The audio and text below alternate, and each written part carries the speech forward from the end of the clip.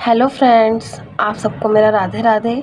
आज हम देखेंगे प्रारंभिक परीक्षा 2025 के लिए यूपीएससी के प्री के लिए करंट अफेयर्स का टॉपिक है ये दुर्गाड़ी किला। ये बहुत इम्पॉर्टेंट है और इसमें से क्वेश्चंस आर्ट और कल्चर में लेकर आ सकता है, तो आज हम इसको देखेंगे ध्यान से।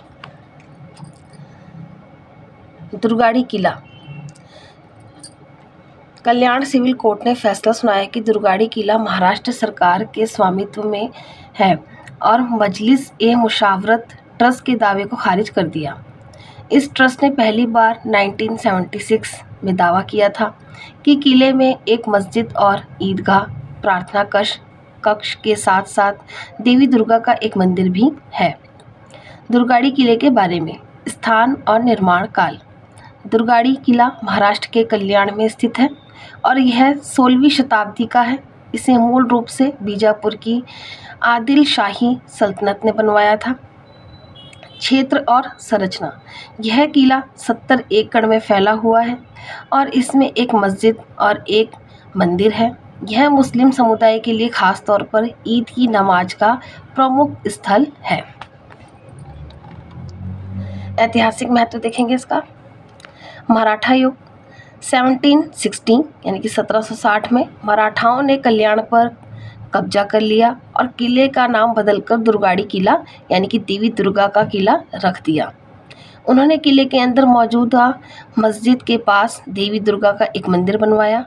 ब्रिटिश काल 1818 में ब्रिटिश शासन के दौरान यह किला धार्मिक स्थलों के रूप में कम महत्वपूर्ण हो गया। 1876 में मंदिर की मूर्ति चोरी हो जाने के बाद इसे सार्वजनिक रूप से उपयोग करना बंद कर दिया गया। सांस्कृतिक और धार्मिक प्रभाव। इस किले का हिंदू और मुस्लिम समुदायों दोनों पर महत्वपूर्ण धार्मिक प्रभाव पड़ा। प्रारंभ में यहाँ एक मस्जिद थी, लेकिन बाद में मराठाओं ने इसमें दुर्गा मंदिर जोड़ा। यह किला धार्मिक पहचान और महाराष्ट्र की ऐतिहासिक विरासत के जटिल संबंधों का प्रतीक रहा है। इस पर विवाद। 1960 का दशक। किले के नियंत्रण को लेकर हिंदू और मुस्लिम समुदायों के बीच तनाव शुरू हुआ। मुस्लिम समुदायों का दावा था कि वे सदियों से यहाँ ईद की नमाज अदा कर रहे हैं, जबकि हिंदू समुदाय ने पूजा करने और किले पर अधिकार जताने की मांग की। 1966 यानी कि 1966 महाराष्ट्र सरकार ने भूमि का नियंत्रण लेने की कोशिश की और इसके एक हिस्से को सार्वजनिक उद्यान में बदलने की योजना बनाई। इस कदम का मुस्लिम समुदाय ने विरोध किया। सरकार ने मुसलमानों को ईद की नमाज जारी रखने की अनुमति दी, लेकिन कहा कि ना तो हिंदू और ना ही मुस्लिम समुदाय इस भूमि पर पूर्ण अधिकार का दावा कर सकते हैं। 2023 में लगभग 50 वर्षों की कानूनी लड़ाई के बाद कल्याण सिविल कोर्ट ने महाराष्ट्र सरकार के पक्ष में फैसला सुनाया और विवादित भूमि पर मुस्लिम समुदाय के दावे को खारिज कर दिया। अब यहाँ पर प्रश्न आता है, दुर्गाड़ी किला जो हाल ही में चर्चा में था के संदर्भ में निम्नलिखित कथनों पर विचार करें। दुर्गाड़ी किला महाराष्ट्र राज्य में स्थित है। किले का नाम हिंदू देवी दुर्गा के नाम पर रखा गया है और इसका धार्मिक एवं ऐतिहासिक महत्व है। इसे हाल ही में भारत सरकार की अडॉप्ट ए हेरिटेज योजना के तहत पुनर्स्थापित किया गया है। यहाँ पे आपको ऑप्शन दिए गए हैं, इसका आंसर है बी, ऑप्शन बी 1 और 2। कथन 1 सही है। दुर्गाड़ी किला महाराष्ट्र के कल्याण क्षेत्र में स्थित है।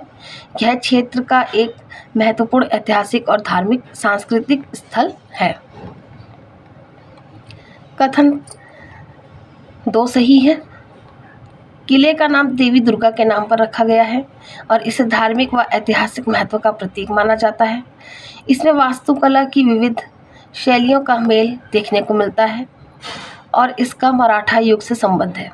कथन 3 गलत है। यद्यपि हाल ही में किले का नवीकरण और संरक्षण किया गया है, लेकिन इसे भारत सरकार की अडॉप्ट ए हेरिटेज योजना के तहत पुनर्स्थापित नहीं किया गया है। इसका नवीनीकरण मुख्य रूप से कल्याण डोंबिवली नगर निगम KDMC द्वारा किया गया है।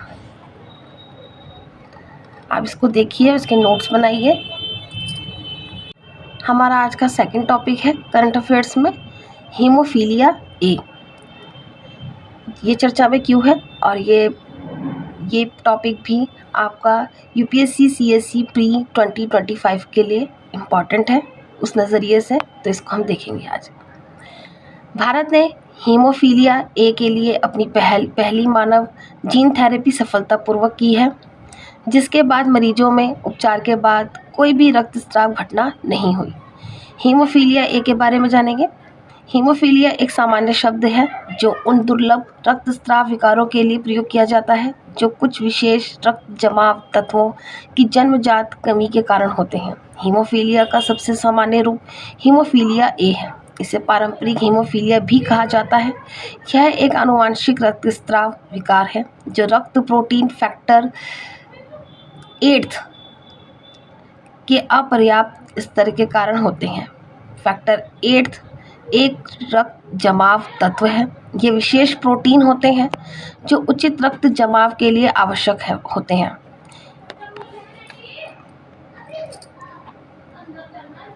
हीमोफीलिया ए वाले व्यक्तियों को घाव से रक्त बहने को रोकने में कठिनाई होती है। हीमोफीलिया ए हल्का, मध्यम या गंभीर हो सकता है, जो फैक्टर 8 के आधारभूत स्तर पर निर्भर करता है। भारत में इसकी स्थिति देखेंगे। भारत में इस आनुवंशिक विकार के मामलों की संख्या दूसरी सबसे अधिक है। यह विधि निम्न आवश्यकता वाले क्षेत्रों में किफ़ायती उपचार की उम्मीद प्रदान करती है। भारत ने जीन थेरेपी के माध्यम से गंभीर हीमोफीलिया ए के उपचार में एक प्रमुख सफलता प्राप्त की है। यह भारत का हीमोफीलिया ए के लिए पहला मानव जीन थेरेपी है। यहाँ पे प्रश्न आएगा, अब एक हीमोफीलिया ए के बारे में निम्नलिखित कथनों पर विचार करें। हीमोफीलिया ए एक एक्स लिंक्ड रिसेसिव आनुवंशिक विकार है जो रक्त जमाव तत्व 8 की कमी के कारण होता है। हीमोफीलिया ए मुख्य रूप से पुरुषों को प्रभावित करता है, जबकि महिलाएं आमतौर पर जीन की वाहक होती हैं। हीमोफीलिया ए का इलाज केवल रक्त स्थानांतरण से किया जा सकता है, जो दीर्घकालिक राहत प्रदान करता है। हीमोफीलिया ए की गंभीरता रक्त में फैक्टर 8 के स्तर से निर्धारित होती है, जिसमें हल्के मामलों में सामान्य फैक्टर गतिविधि का 5 से 40% होता है। उपरोक्त कथन दिए गए हैं आप लोगों को यहाँ पे आंसर आपका ए है, ऑप्शन ए 1, 2 और 4। इसका एक्सप्लेनेशन देखते हैं। कथन 1 सही है। हीमोफीलिया ए रक्त जमाव तत्व 8 की कमी के कारण होता है और यह एक एक्स लिंक्ड रिसेसिव आनुवंशिक विकार है। कथन 2 सही है। चूँकि हीमोफीलिया ए एक्स लिंक्ड है, यह मुख्य रूप से पुरुषों को प्रभावित करता है और महिलाएं आमतौर पर जीन की वाहक होती हैं। कथन 3 गलत है। जबकि रक्त स्थानांतरण रोग के प्रबंधन में मदद कर सकता है, यह दीर्घकालिक राहत नहीं प्रदान करता है। प्राथमिक उपचार में कृत्रिम या दान किए गए फैक्टर 8 का अंतरण शामिल है। कथन 4 सही है। हीमोफीलिया ए की गंभीरता रक्त में फैक्टर 8 की अवशिष्ट गतिविधि से निर्धारित होती है, जिसमें हल्के मामलों में सामान्य फैक्टर गतिविधि का 5 से 40% होता है। आप लोग प्लीज़ अच्छे से इसको नोट करिए। ये करंट अफेयर्स के बहुत इंपॉर्टेंट टॉपिक हैं जो मैं आप लोगों को बता रही हूँ।